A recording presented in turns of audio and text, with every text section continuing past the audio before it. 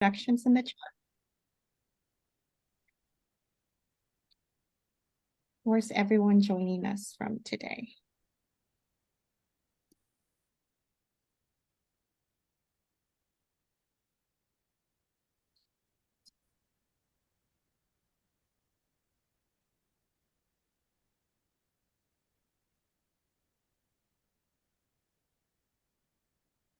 Hi from Colorado. Good morning.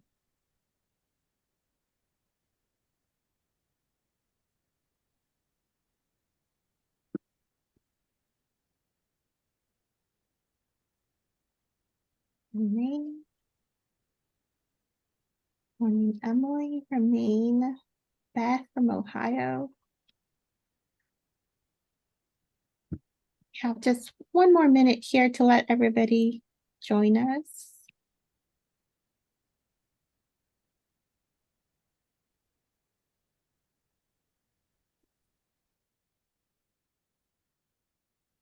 We are at time, so we will get started. Again, welcome everyone to day 3 of our COE conference, Equity from the Start. We are so happy you can join us this morning. I am Monica Ruiz, and I will serve as your facilitator this morning. I'm also joined by my colleague, Sarita Eli, who will be your technology host. So if you have any questions for either one of us or even our speakers, please feel free to put them in the chat, and we will monitor that as we go through the workshop. I want to let you know that this session is being recorded and the transcription is available through the Zoom.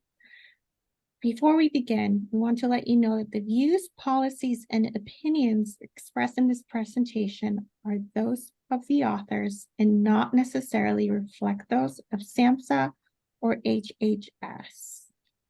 With that said, I'd like to pass it over to our wonderful speakers today, Maya Coleman, Emily Murray, and Pamela Trivedi. Thank you. Thank you so much. Thank you, everybody, for joining us today. It's so great to see you all. I appreciate you taking time out of your busy day, your busy week to join us in person, and welcome to the people who will join us for the replay. So we are here for a session, Hand in Hands, Parenting and Teaching for Social Justice, a model learning collaborative. And we are going to be talking all about that learning collaborative, and you will actually get a chance to try out one of the core components of the learning collaborative today. So there'll be a little bit of an experiential part of our session today. But first, I would love for us to introduce you to our speakers today. Here we are. I can start. So again, my name is Maya Coleman. I'm the Executive Director for Hand in Hand Parenting. I am also the Special Education Discipline Coordinator, so part-time faculty here at Georgetown in the LEND program, which is the Leadership Education in Neurodevelopmental Disabilities program, with my colleague and friend Pamela. And I am a clinical child psychologist by training. Also have a master's in special education and learning disabilities, and spent the previous decade in private practice in the DC area, working with families of young children who have had challenging early experiences. And now I'm at Hand in Hand and out of private practice. So, Emily, would you introduce yourself? Sure. So I'm Emily Murray, and I'm here from Maine. And in addition to being program director at Hand in Hand, I've been a certified instructor with Hand in Hand for a good decade or so. And I bring these tools both to our parent club community online at Hand in Hand, but also in my local area. I weave these resources into a nonprofit that I founded 20 years ago called Birthroot Center for Community Support and Parenting. And it really focuses on non-clinical community support, where we connect families with each other So these tools weave beautifully into setting families up well for strong support networks. Thanks, Emily. And Pamela. Thank you so much for inviting me to be involved in this session, Maya and Emily. So as Maya said, I'm Pamela Trivedi. I'm faculty here at Georgetown. I work a lot on developmental disabilities through our University Center for Excellence on Developmental Disabilities, or GUSED, and I work with Maya on our training program that trains practitioners at any level of their career alongside family members and folks with disabilities to improve the system of care and work on comprehensive supports for folks with disabilities through the lifespan. I'm also a school-based provider a little bit of my time, and I'm involved in program evaluation and applied behavioral health research. And just to say that I've used the Hand in Hands tools as the parent of 2 kiddos. And I've recommended these tools as a psychologist to my clients who are parenting or providing peer support. And I think an overall goal of my practice is to be able to equip non-clinicians with tools for reflection and to provide peer support. So the tools we're going to talk about and the approaches today kind of really align with my overall approaches, and I'm pleased to be involved. Thanks so much, Emily and Pamela.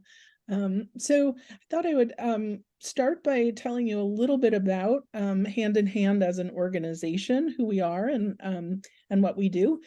We are an international nonprofit organization founded 33 years ago. We have 250 certified instructors all over the world who work with families, early care and education professionals, health and mental health professionals to promote early relational health. And we teach 5 really concrete connection-based tools. 4 of those are caregiving tools that adults and strategies adults would use in caring for children, and 1 is a peer support tool. That tool is called listening partnerships or listening exchanges. We talk about them as listening exchanges here today, and you'll get a chance to hear and experience that tool. So you can see a little bit of information about Hand in Hand, the organization here. You can head to our website if you're interested. We have lots and lots of, free tools and articles and webinars and teleseminars and all kinds of things that that people can explore. So feel free to head over to the website. I want to talk a little bit about the Learning Collaborative, which is the focus of our session today. So for the last 3 years, we've offered a Learning Collaborative to our instructors. This has happened traditionally in July and August. It's been kind of different lengths of time. And this Learning Collaborative is a core element of our equity-focused professional development training that we provide to our instructors. There's a little bit of information here about kind of the underpinnings of this Learning Collaborative, and it's very much focused on noticing and learning about how systems of oppression operate, how they impact us as individuals, how we can heal from the impact of those systems of oppression, and how we can work to undo our own attitudes that fuel those oppressive systems, so we can take action. So next slide, let's see. So I'll talk about the structure of the Learning Collaborative. This year, our collaborative was called Parenting and Teaching for Social Justice, and we focused on kind of 4 constituency groups. We talked about disability justice, racial justice, Jewish liberation, and gender and relationships. And this year, the Learning Collaborative happened over the course of 4 weeks. The year prior, it was 7 weeks. Prior to that, it was 6 weeks. So we're experimenting kind of with the length and with the content. We had 35 of our certified instructors participate live, although people have access to the classroom and supports over the course of the year, but 35 participated over the summer. And we have a classroom that has kind of the written materials and videos, and actually pull a fair amount of the materials actually from the Center of Excellence in Infant and Early Childhood Mental Health Consultation at Georgetown. The second Learning Collaborative I created to track the equity webinar series. So I'll put in a little plug for that. That was a really excellent webinar series, and we modeled our Learning Collaborative kind of around that in our second year. So a unique element of this Learning Collaborative is that we come together in groups of instructors. These are mentored call groups that happen weekly, typically with 5 to 6 instructors, led by an experienced instructor. And those are mentoring groups where people are able to talk a little bit about the materials. There's some Q&A, but the primary component of those groups is group listening exchanges. And so we will talk about what that looks like, that unique element of the Learning Collaborative. So we had 6 mentoring groups happen this year, and there was also a support group, a mentoring group for those mentors, led actually by the Hand in Hand's founder, Patty Whitfler. And so those mentors had their own mentoring group each week. There was one other unique element, which is there was an all participant call, included instructor perspectives. So people from various identity groups, various positionality, would come and share their perspective. Those were really, really wonderful sessions. So that's the setup of the Learning Collaborative.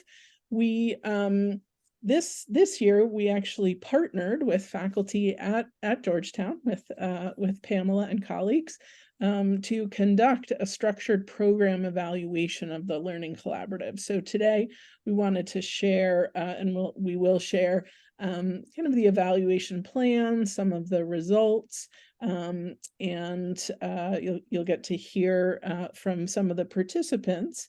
But we wanted to actually have you have the opportunity to try out, to experience, to get a little taste of what these listening exchanges might feel like. Now, obviously, this will be just a taste, but I think it'll give you an idea of what kinds of questions you might have and experiences you might want to share.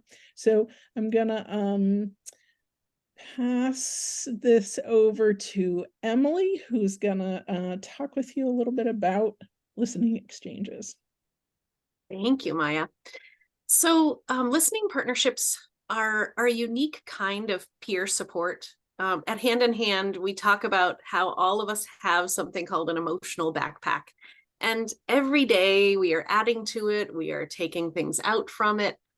But we know that when our backpack is full, we just can't think well. We can't really respond the way we'd like to respond. And our thinking tends to become cluttered. And we often become more reactive than we'd like to be. I often, in my work with parents, I'll say, the parent I want to be is up here in my thinking brain. And then sometimes when my emotional backpack takes over, the parent I don't want to be just kind of blurts out. So these listening partnerships are really key to helping us be the parent we want to be more of the time. So listening partnerships, listening exchanges, a function as a space that is free of judgment, free of advice giving.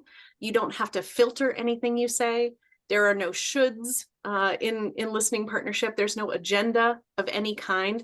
It's just simply a place where we can be in contact with other warm humans and dump out that backpack. So we don't have to carry the heaviness of experiences, frustrations, etc. with us every day. So the role of the listening partner, the role of the listener in listening exchanges is to just listen with full attention while holding the belief that the person taking the turn is good, they're doing the best they can, they are smart, capable people who can figure this out, whatever this is.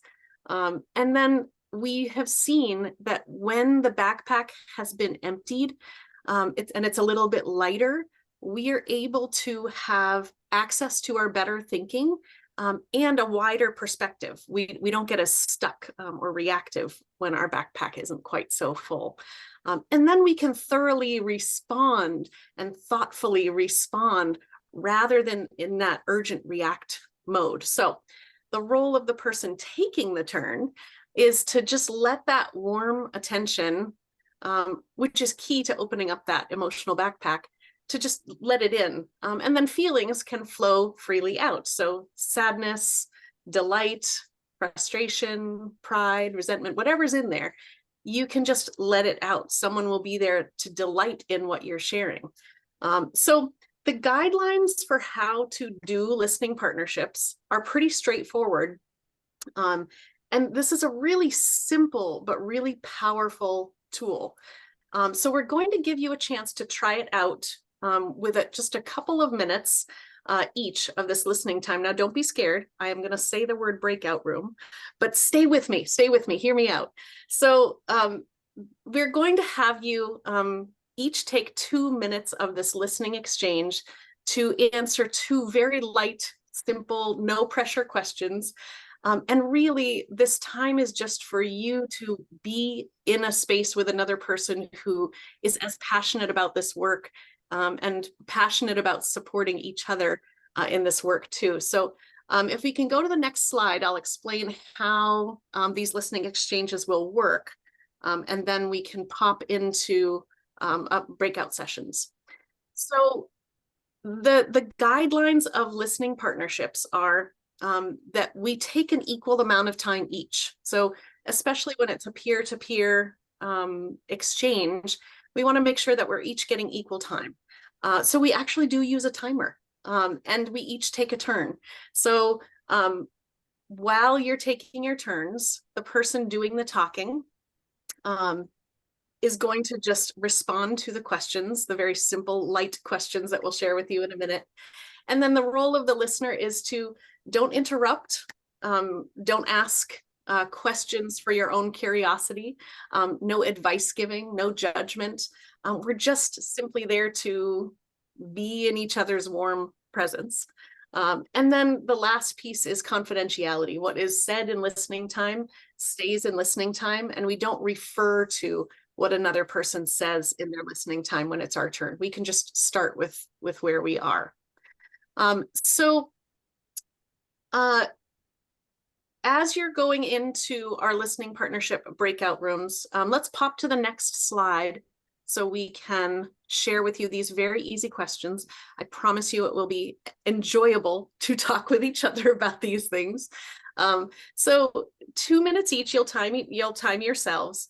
And the questions you can respond to are, what is something going well in your parenting or your teaching right now?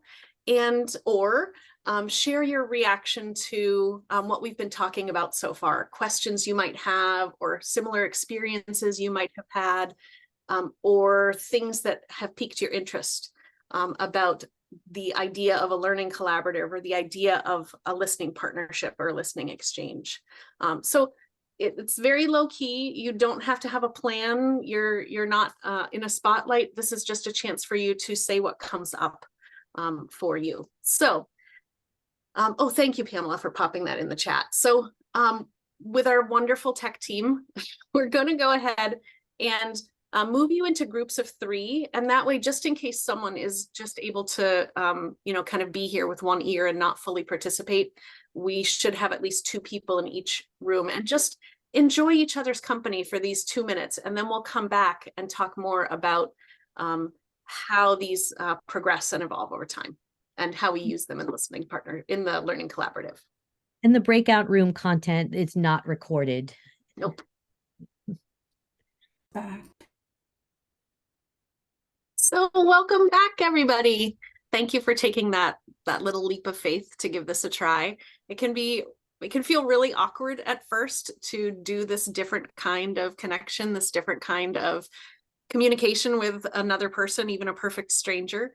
But we have found over the last 30 plus years that this really is a key in being able to do the things we want to do without feeling the triggers or reactions. So I'm so glad you gave it a try, and we'd love to hear from you. Those who wanted to participate, you're welcome to pop in the chat or raise your hand, and we can get a reflection from you about how was it to be the listener? How was it to be the person taking the turn? Do you have any questions that came up as you were experimenting with this different kind of connecting with another human? We'd love to hear from you. Go ahead and pop it in the chat or raise your hand. I think I'll switch to gallery view so I can see if anyone wants to share aloud what that experience was like. What was it like for you? And let's see, while people are thinking, we did have a question before we went into the breakout sessions about any parameters set before doing these listening sessions, particularly wondering about mandated reporting if something comes up. So it's a great question, especially in this line of work, in this field.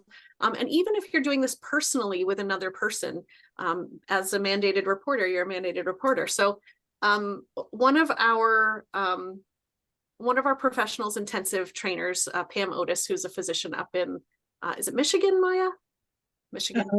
In Toledo. Toledo, yes. So she talked about how she's upfront with people that she listens with, that she is a mandated reporter. And if anything comes up that kind of triggers that response, that kind of response, she works with whoever she's doing the listening exchange with to make a plan. So she says, we'll make a plan. I can make a call. You can make a call. I can support you through this. But typically, she said she's never had anyone not take her up on being supported while they make the call, reaching out for help. So you can be upfront and straightforward with people that is a role that you have. So let's see. As a listener, I was instantly curious and learning more. Yes. I always wish there was more time in breakout rooms too. I love that you mentioned that, because we're so used to conversation and we are interested in other people that it can feel tricky to not just engage in that conversational space. So I'm glad you noticed that. That's a great one to mention. Well, we did have one hand raised. Oh yeah, let's see. I can't see it. If you can go ahead and unmute. I can't see your hand, but I'd love to hear from you. Rhonda, if you would still like to speak. Oh, yes, thank you. My person, it was really nice to hear her story concerning her son, and really it made me feel good because I'm a parent of a teenager too, and her son is in the first year of college, and being able to feel that sense of connectedness concerning parenting and wanting to really protect our kids. It really felt, I want to use the word belonging. It's like it felt like this sense of like we understood each other. Once she told her story and then I told my story, then of course it was time to end. Yeah, I'm glad you mentioned that, because I think, we're often, as connected as we are online and in our work lives and our personal lives, the connection that we can feel when we're doing listening partnerships is a whole extra level. We can feel really isolated even when we're so connected in these other ways. So being in that, kind of heart to heart listening space with another person, it fills us up as much as it empties the other person's backpack. We're filled up with caring. We're filled up with nourishment about just being with other humans, thinking well of each other. It's a really key part of this tool. Thank you. Let's see. Yeah, having that kind of the comment was the commonalities experienced framed by the questions allowed us to connect quickly, and it was surprising to watch this occur. I think we're hungry for this as humans. It feels good to connect at this deeper level. Liking the principle of listening while assuming that the other person means well, is doing their best, is smart and capable. It really is a lovely practice. And when we're working with parents, I always tell them, these aren't just parenting tools, these are human tools. You can apply these anywhere and everywhere. We just happen to focus on them in a parenting role when we're working with parents of hand in hand. But you'll find when you do peer listening partnerships, the quality of connection is as good there as it is when we're specifically talking on the subject of parenting. Did one other person have a comment? I think Ty. Great afternoon or morning, depending upon where you are settled. My name is Ty Johnson. My pronouns are she, her, and hers. And I am just impressed with this virtual existence that we are all in. And I'm very pleased by what you all have been sharing and what's been shared the entire conference. And as our previous voice shared, the human connectedness is one of the things that really jumped out. Regardless of the stance of stranger danger and or commonality of our profession, just listening to another story was powerful.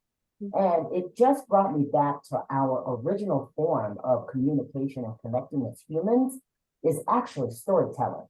And we've been doing this since our very, very existence. And so I just wanted to share gratitude for the space that y'all are creating, as well as how impressive it is that you all have put on this virtual conference. So thank you so very much. Thank you. Thank you. I agree 100%.